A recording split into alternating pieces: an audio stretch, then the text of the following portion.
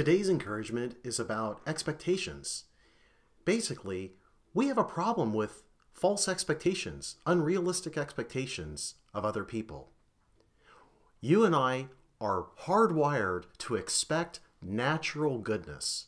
We think everything should work right all the time, that events should go our way without exception, that people should do what we think they should do. And the problem with that is they don't, and it doesn't, and it doesn't. Creating a crisis between our expectations, which are a kind of demand or assumption of what should be, and what actually happens.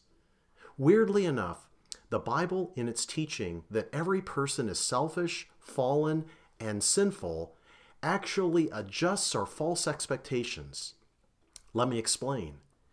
If we're all selfish and naturally fallen and self-centered and even use other people and wrong other people frequently, then when anything good happens, anything goes right, anything, then what's happened is we have just experienced something called grace.